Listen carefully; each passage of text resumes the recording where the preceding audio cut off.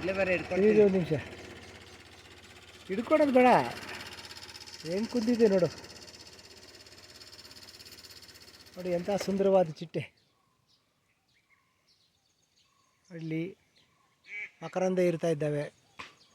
ಈ ಚಿಟ್ಟೆಗಳು ಮತ್ತು ಜೇನುದುಂಬಿಗಳು ಇಲ್ಲ ಅಂದರೆ ನಿಜವಾಗಿ ಪ್ರಕೃತಿಯೇ ನಾಶವಾಗುತ್ತೆ.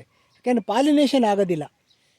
ಹಾಗಾಗಿ ಚಿಟ್ಟೆಗಳನ್ನು ಸಂರಕ್ಷಣೆ ಮಾಡಬೇಕು ಅಂತಂದರೆ ಪ್ರಕೃತಿಯನ್ನು ನಾವು ವೃದ್ಧಿಸಬೇಕು. ಅಂದರೆ ಗಿಡ ಮರಗಳನ್ನು ನೆಡುವಂಥ ಕೆಲಸ ಮಾಡಬೇಕು, ತೋಟಗಾರಿಕೆ ಹೆಚ್ಚು ಮಾಡಬೇಕು ಅಂತ ಹೇಳ್ತಾ ಇದೊಂದು ಪುಟ್ಟ ವಿಡಿಯೋ